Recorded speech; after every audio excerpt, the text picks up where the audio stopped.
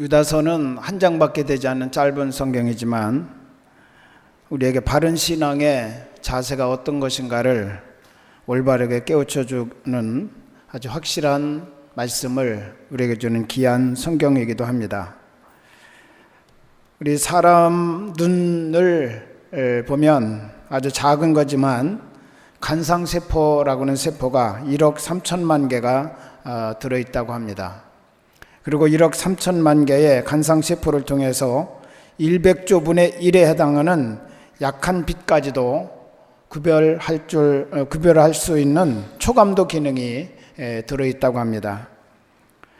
이렇게 아주 예민하고 또 작은 그런 빛, 약한 빛까지도 분별할 줄 아는 우리 눈이지만 그럼에도 불구하고 눈은 볼 수 있는 것도 있고 볼 수 없는 것도 있습니다. 제 아무리 눈이 밝아도 박테리아나 세균은 볼 수가 없습니다. 종이 한 장을 가로막으면 그 너머에 뭐가 있는지 볼 수가 없습니다. 그래서 눈만으로 보면서 좋다 나쁘다 결정하고 판단하는 것은 올바른 태도가 아니라고 하는 것입니다. 사람을 예로 들어 보면 겉으로 보기에는 멋지고 신사적이고 양심적인 사람처럼 보이는데 그 이면은 정반대 경우의 사람들도 많이 있다고 하는 거죠. 그러나 겉으로 보기에는 초라하고 미약해 보이지만 그 속은 기품과 풍요와 그리고 인격으로 충만한 그런 사람들이 있다고 하는 것입니다. 이렇게 우리의 겉으로 보는 시각, 이것으로 우리의 모든 것을 판단한다는 것은 한계가 있음을 보여주는 것입니다. 사람이 좋은 사람인가 나쁜 사람인가는 우리의 눈만으로는 다 확인할 수도 없고 그 답을 만들어낼 수도 없습니다. 우리는 그 기준을 성경에서 찾아야 한다라고 오늘 하나님께서 말씀하고 계십니다. 어느 나라 임금님이 계셨는데 이 임금이 자기 나라의 미래에 대한 가능성을 한번 타진하고 싶었습니다. 그래서 어린아이들을 불러 모았습니다. 꽃을 심는 그 시기에 아이들에게 꽃씨를 다 나눠주면서 이제 이 꽃씨를 내가 너희들에게 줄 텐데 정성껏 갖고 와서 2달 후에 내 앞으로 다 가지고 오면 내가 그 중에서 좋은 꽃을 잘 기른 우리 아이들에게는 뽑아가지고 상을 주겠다. 그래서 모든 어린이들이 기쁨으로 그 꽃씨를 가지고 와서 가장 좋은 그릇에다가 화분에다가 꽃씨를 심고 정성껏 물을 주면서 갖고 왔습니다. 2달이 됐습니다. 이제 정해진 날짜와 시간에 임금님 앞으로 모두가 화분을 가지고 모였는데 가지가지 아름다운 꽃들이 쫙 진열되어 있는 거예요. 임금님이 이제 심사하기 위해서 쭉 지나가는데 너무 꽃들이 예쁘게 잘 피어 있어요. 그런데도 임금의 얼굴은 밝지를 않습니다. 맨 마지막에 아주 어떻게 할 줄을 모르고 화분을 앞에 놓고 서 있는 아이가 하나 있었는데 거기는 빈 화분이었어요. 그래서 임금이 물었습니다. 왜 네 화분에는 꽃이 없느냐? 그랬더니 임금님이 하사하신 그 꽃씨를 여기다 심고 정성껏 물을 주고 갖고 왔는데도 싹이 나지 않았어요. 그래서 얘가 막 울상이 된 거예요. 근데 임금님은 그 아이의 말을 듣고서 얼굴이 그때서야 환하게 피었습니다. 그러면서 그 아이에게 상을 내렸다는 거예요. 그러면서 임금님이 말했습니다. 나는 우리나라의 장래를 보고 싶었다. 그것은 장래가 뭐냐? 마음의 정직과 진실을 보고 싶었고 내가 나눠준 꽃씨는 인조꽃이었다 말이죠. 인조꽃이에서 어떻게 이런 아름다운 꽃들이 피었는지 기적이다 이거는. 그러면서 그 어린아이 하나 정직하게 진실하게 자기의 것을 드러낸 그 아이에게 상을 주었다는 얘기입니다. 오늘 목회 칼럼의 한 부분을 그 이야기로 제가 적었습니다. 오늘 본문 속에 보면 경계해야 될 사람들과 본받고 배우고 따라야 할 사람들을 구분해 놓으셨어요. 그것을 잘 분별하고 따르는 신앙생활, 그것이 바로 바른 신앙의 자세다라고 우리에게 가르쳐주고 있습니다. 먼저 경계해야 할 사람들은 어떤 사람들인가? 첫째는 정욕을 따라 사는 사람들을 경계하라 라고 말씀하십니다. 18절을 보면 마지막 때에 자기의 경건하지 않은 정욕대로 행하며 라고는 말씀이 있습니다. 정욕대로 행한다는 말은 자기 욕심대로 산다는 뜻입니다. 이기적인 생각을 가지고 다른 사람을 돌보지 아니하며 자기의 만족만을 추구하며 산다는 그런 뜻입니다. 16절에 보면 정욕대로 사는 사람들에게 나타나는 증세를 우리에게 보여주고 있는데, 원망하는 자며 불만을 토하는 자며 그 입으로 자기만을 자랑하는 말을 하며 이익을 위하여 아첨하는 말도 기꺼이 하는 사람, 이런 사람이 바로 정욕대로 사는 사람의 특징이다. 원망, 불만, 자기 자랑, 아첨, 이런 것들은 평상시 자기 마음속에, 마음 깊은 곳에 간직하고 있던 것들이 어떤 상황과 만나면 그것이 겉으로 표출되는 증상들이라고 이와 같이 말합니다. 그리고 또 한 가지는 경건 생활을 소홀히 하는 사람들, 이런 사람들은 경계의 대상이다, 그렇게 말씀하고 있습니다. 두 번째는 경계해야 될 사람은 조롱하는 사람들이라고 이와 같이 말씀합니다. 조롱하는 자들이라고는 말은 다른 사람을 속이거나 희롱하거나 농락하거나 하는 말을 하고 실없는 말로 시시덕거리는 그런 일들을 조롱한다라고 그렇게 표현합니다. 열왕기하 2장을 보면 베델의 청소년들이 엘리사가 지날 때 조롱하다가 곰에 물려서 40여 명이 찢기는 사건이 있었다고 기록하고 있습니다.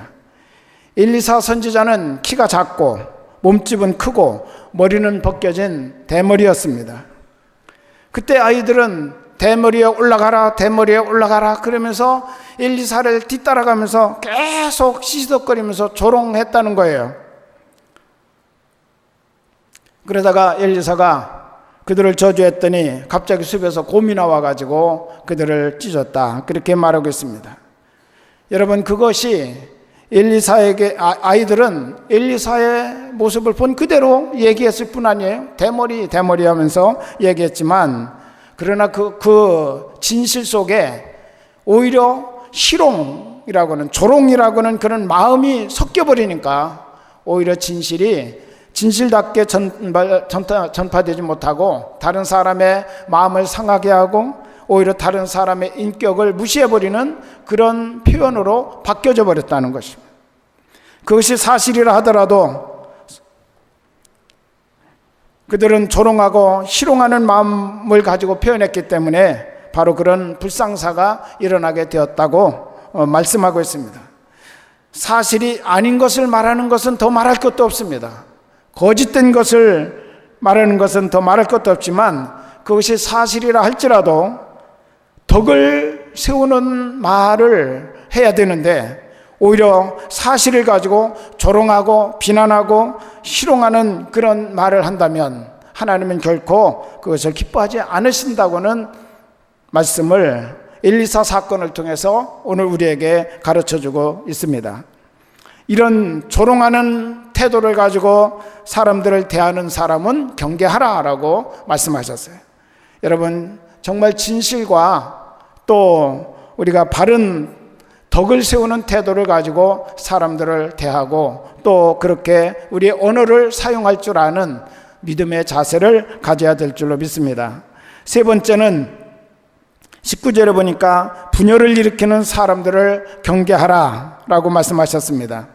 이 개역성경으로 보면 이 사람들은 당을 짓는 자며 라고 그렇게 말했어요. 당을 짓는다, 무리를 짓는다 라고는 뜻입니다.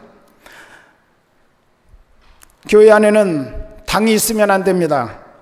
교회는 특정 정당편을 한쪽으로 치우쳐 들어도 안 되고 또 당을 만들어도 안 됩니다. 교회 안에는 끼리끼리 모여서 쑥덕거린다든지 파벌을 만드는 것 있어서도 안 됩니다.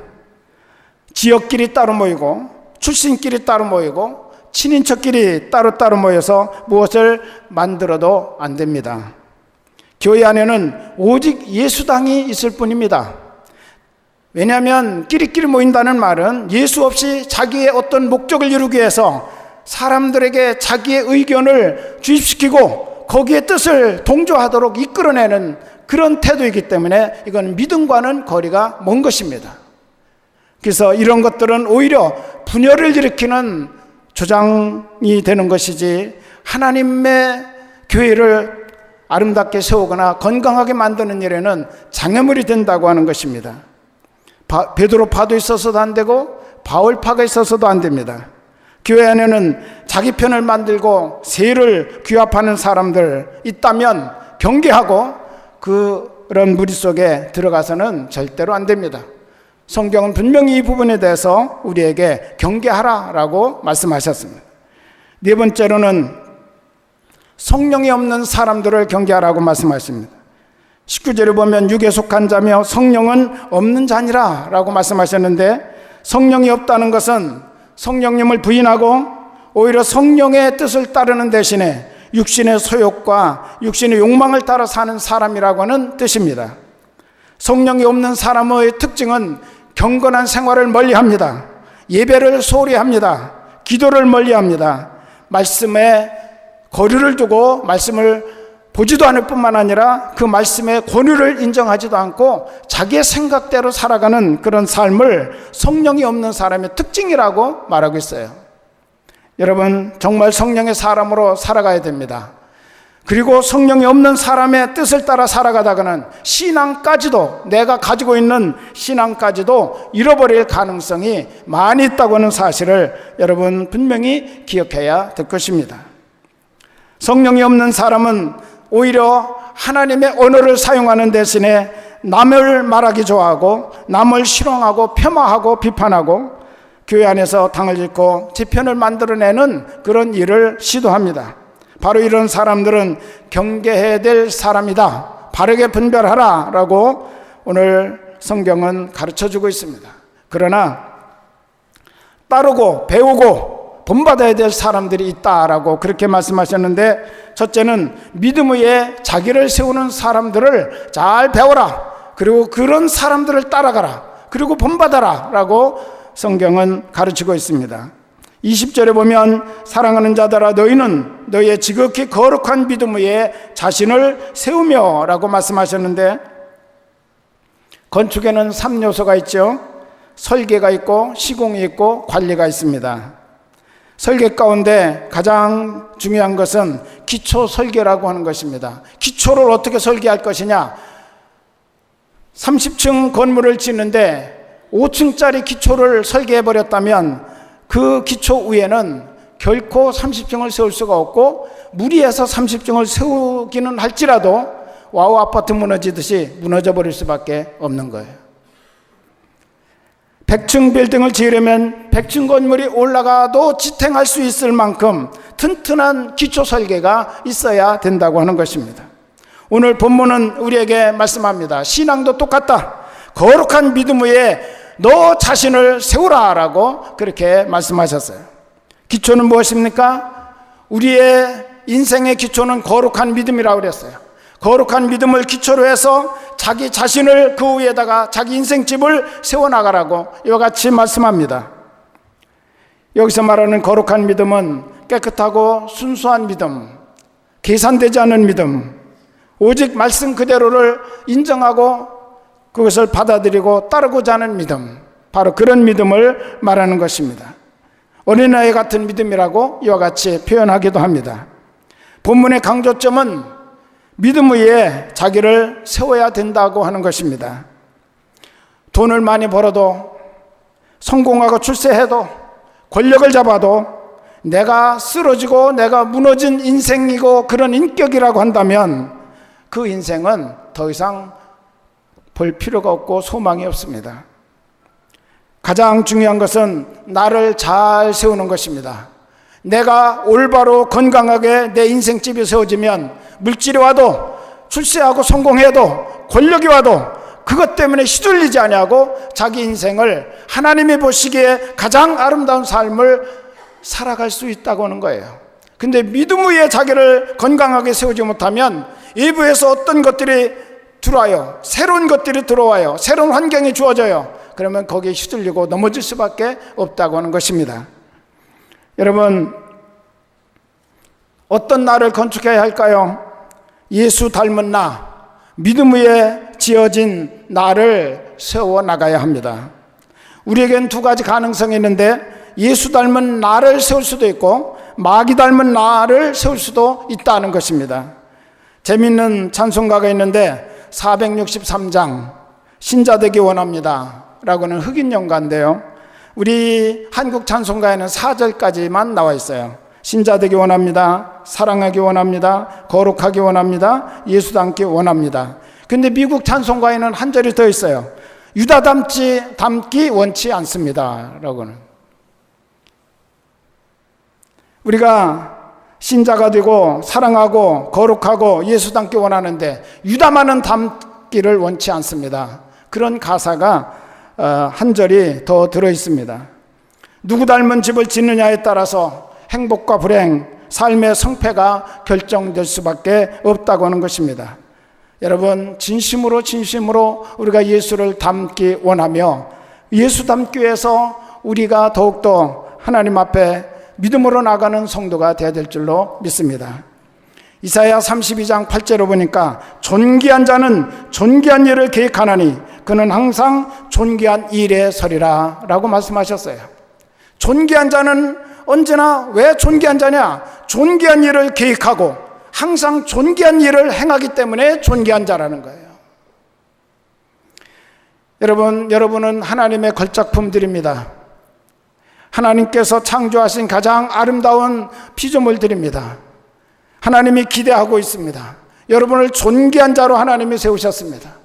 예수 십자가에서 그 엄청난 희생을 다 당하시면서 우리를 구원하시고 우리를 하늘 백성 삼으시고 하나님의 자녀로 삼아 주셨습니다. 왜 그렇게 하셨을까요? 존귀한 자로 살아가도록 하기 위해서. 존귀한 자는 어떤 사람입니까? 존귀한 일을 계획하고 항상 존귀한 일에 서야 된다고 이사야 선지자를 통해서 오늘 우리에게 말씀해 주셨습니다. 여러분, 거룩한 믿음 위에 우리 자신을 세워나가는 일에 힘써야 될 줄로 믿습니다. 또한 그렇게 힘써 나가는 사람들을 바라보고 본받고 배우고 따라가라는 거예요. 그게 바로 우리들이 건강한 신앙으로, 바른 신앙으로 살 수 있는 방법이라고 말씀하셨습니다. 두 번째로는 성령으로 기도하는 사람을 배우고 본받고 따라가라 라고 말씀하십니다. 성령으로 기도한다는 것은 성령 안에서 또 성령의 능력을 힘입어서 성령의 도우심으로 기도하며 살아간다고는 그런 뜻입니다. 로마서 8장 26절에 보니까 오직 성령은 우리의 연약함을 도우시나니 성령이 말할 수 없는 탄식으로 우리를 위하여 친히 간구하시느니라 라고 말씀하셨습니다. 내 힘을 믿고 기도하면, 내 감정을 따라 기도하면, 내가 기분에 따라서 기도하면 기도가 오래가질 못합니다. 지속적인 기도가 될 수가 없습니다. 기도는 우리 영혼에 숨 쉬는 것이라고 말했는데 우리 육체가 숨을 멈추면 죽는 것처럼 기도가 없는 영혼은 숨 안 쉬는 영혼과 똑같아요. 그렇다면 이 기도는 우리가 이 땅에 살아가는 동안 하나님 나라에 갈 때까지 기도 생활은 계속해야 되는데 어떻게 우리가 기분 따라 감정 따라 내 심만 믿고 기도할 수 있을까요? 그것은 오래가지 못합니다. 기분 좋을 때는 기도가 되고 기분 좋을 때는 하나님을 찾을지 모르지만 내 기분이 상하면 주님을 잊어버리고 삽니다. 또 세상에 붙들려 살면 하나님을 잊어버리고 삽니다. 오래가지 못하고 쉽게 포기한다는 것입니다. 그러나 성령으로 기도하면 응답받을 때까지 기도할 수 있습니다. 할렐루야. 주님 오시는 그날까지, 주님 앞에 서는 그날까지 우리는 계속해서 기도하는 삶을 살아갈 수 있습니다. 할렐루야. 그래서 성령으로 기도하라고 말씀하시는 거예요. 성령님 안에서 성령님의 도우심으로 기도하는 삶을 살아가라. 사랑하는 여러분, 험한 세상을 우리가 살면서 성령의 도우심 없이 내심으로 신앙을 지킨다는 것은 불가능한 일입니다. 악한 원수 마귀는 더욱더 자기 떼가 얼마 남지 않은 것을 알고 삼킬 자를 찾아서 두루다니며 지금도 쉬지 아니하고 잠자지 아니하고 넘어뜨릴 자들을 찾고 있는데, 바로 그 대상이 저와 여러분 아니에요. 우리가 기도하지 아니하고는 이런 악한 원수 마귀의 유혹과 시험을 이겨나갈 수가 없습니다. 깨어서 기도해야 됩니다. 우리가 깨어 기도하기 위해서는 성령으로 기도하는 수밖에 없다고는 사실입니다. 이 일을 사모하시길 바랍니다. 그리고 이렇게 살아가는 사람들, 이런 기도 삶을 살아가는 사람들을 본받으라고 말씀하십니다. 어떻게 하면 내가 이런 기도 생활하면서 승리하는 그리스도인의 삶을 살아갈 수 있을까를 사모하고, 그런 사람들이 곁에 있다면 늘 곁으로 따라가서 본받으라는 거예요. 어떻게 하면 그렇게 하나요? 배우라는 거예요. 도움을 받으라는 거예요. 또한 내가 그런 삶을 살고 있다면 우리 주변에 있는 사람들에게 이런 은혜의 통로가 되어서 영향력을 끼쳐나가는 성도가 되어야 될 줄로 믿습니다. 마지막으로는 자기를 지키며 주님 오시는 날을 기다리는 사람이라고 이와 같이 말씀합니다. 이런 사람들을 본받아라. 자기를 잘 지키는 사람들, 어떻게 지킬까요? 21절에 보시면 하나님의 사랑 안에서 자신을 지키며 영생에 이르도록 우리 주 예수 그리스도의 긍휼을 기다리라. 자기를 지키고 주님을 기다리라 라고 말씀하십니다. 우리가 어떻게 나 자신을 지킵니까? 예수 닮은 사람, 예수 믿는 사람, 예수님의 종으로 충성된 나를 건축했다고 한다면 건축하는 것으로 끝나는 것이 아니라 허물어지지 않도록 예수님 오시는 그날까지 우리가 계속 나를 건강한 신앙으로 지켜나가야 될 것인데, 어떻게 지켜나가야 될까요? 오늘 성경은 우리에게 말씀합니다. 하나님의 사랑 안에서. 여러분, 하나님의 사랑 안에서 자기를 지키는 방법이 무엇일까요? 어떤 일을 만나도 하나님이 나를 사랑하신다고는 그 믿음이 흔들리지 않으면 그 사람은 넘어지지 않습니다. 할렐루야. 제가 지난 한 주간 우리 전사님들과 제주도에 가서 여러 가지를 경험하고 돌아왔습니다. 한라산 정상까지 모두가 완전히 등산을 끝냈고, 또 하나님이 만들어주신 여러 자연 만물을 보면서 참 감사하는 그런 시간을 가졌는데, 정방폭포라고는 폭포에 갔다가 아주 뜻하지 않은 하나님이 보내주신 사람을 만났습니다. 잠깐 사진을 한 장 보고 말씀을 나눌게요. 저 가운데 있는 사람이 누군지 아시겠습니까? 안경 쓴 사람. 잘 안 보이시죠? 한번 앞에만 불 좀 꺼봐 주세요.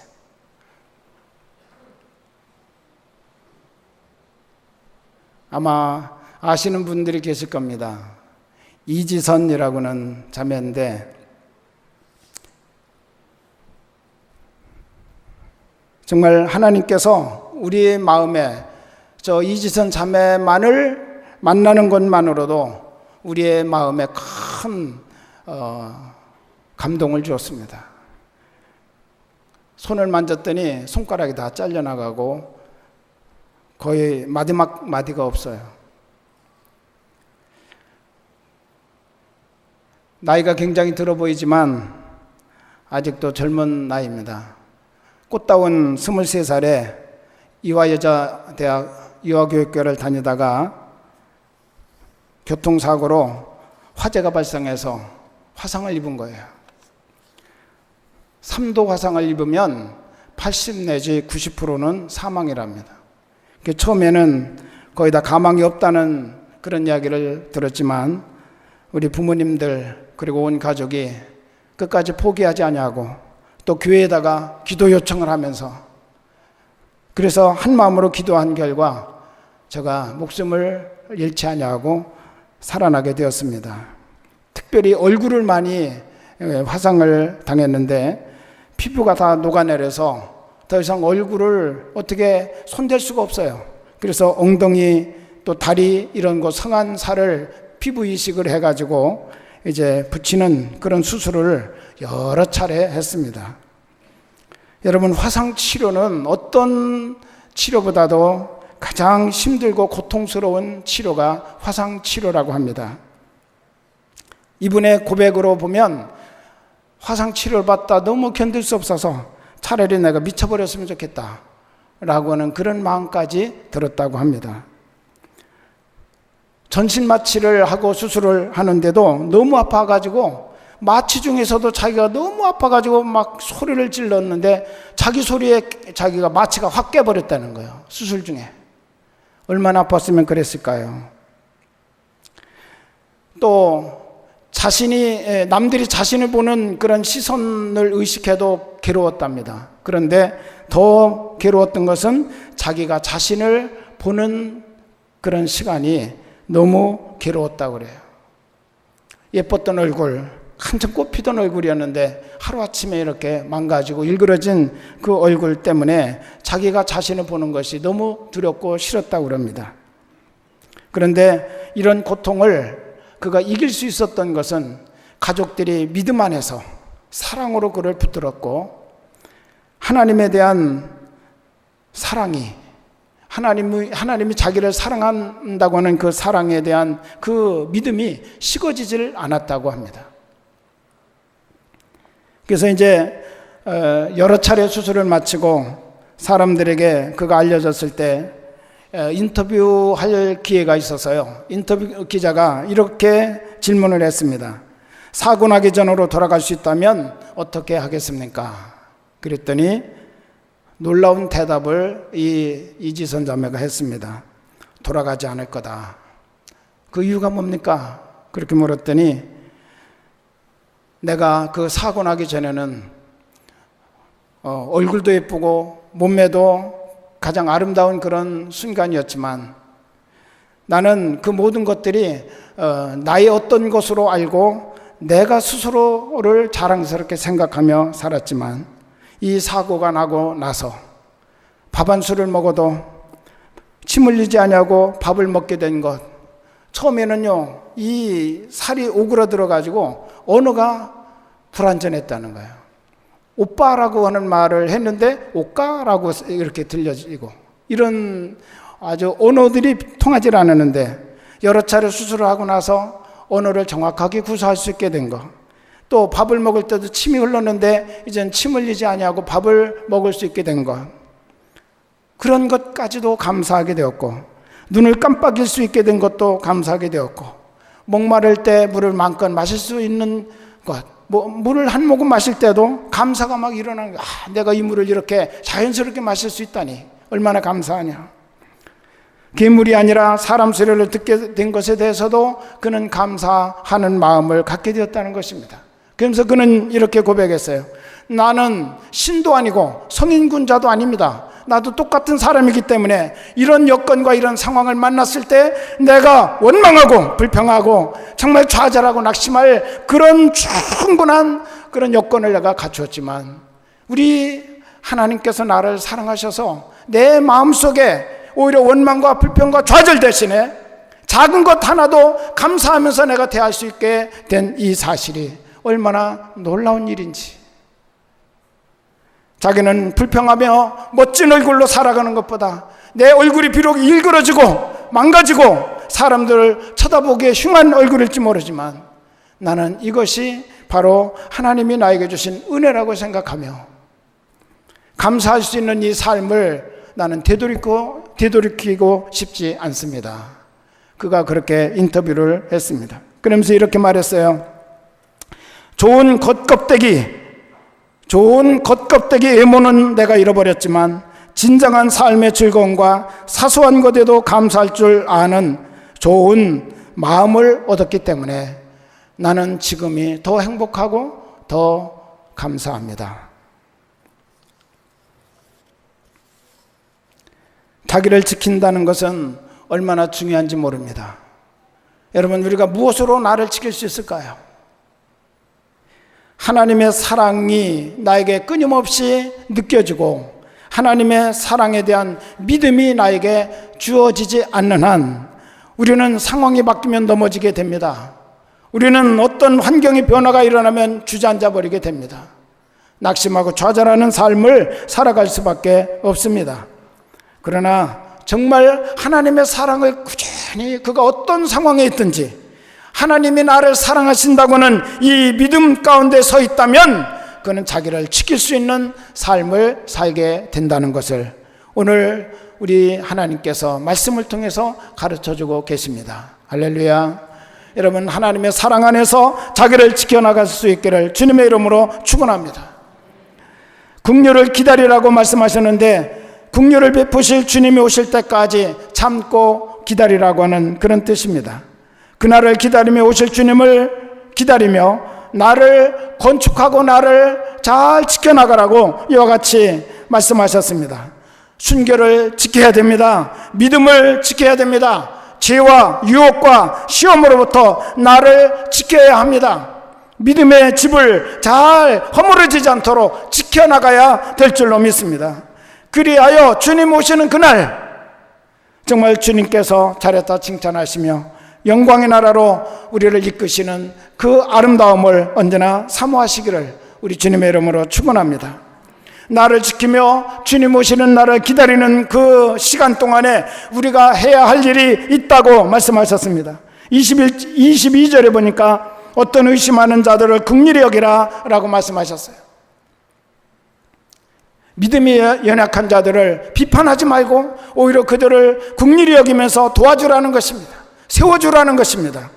또 23절에 보니까 어떤 자를 불에서 끌어내어 구원하라 라고 말씀하셨습니다.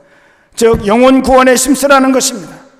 믿음 없는 자들은 불 가운데 있는 자와 똑같다고 말씀하셨어요. 그 불에서 끌어내어 구원하라 라고 우리에게 명령하셨습니다. 또 어떤 자를 육체로 더럽힌 옷까지도 미워하되 두려움으로 긍휼히 여기라. 이 말은 죄는 미워하되 사람은 긍휼히 여기라고 말씀하시는 것입니다. 우리는 그 사람이 잘못하면 죄도 미워하지만 사람까지도 미워할 때가 많아요. 여러분, 죄는 미워하되 그 사람은 긍휼히 여기는 마음을 가지며 살아가는 것이 예수 그리스도의 재림을 기다리는 성도들의 건강한 신앙, 바른 신앙이라고 우리에게 말씀해 주셨습니다. 오늘 우리 주님께서 우리에게 바른 신앙의 자세를 가지도록 명령하신 이 명령을 우리 가슴에 담고 오늘도 믿음으로 승리하며 우리 하나님 앞에 더 가까이 나가는 복된 성도들 되시기를 주의 이름으로 축원합니다. 기도하겠습니다.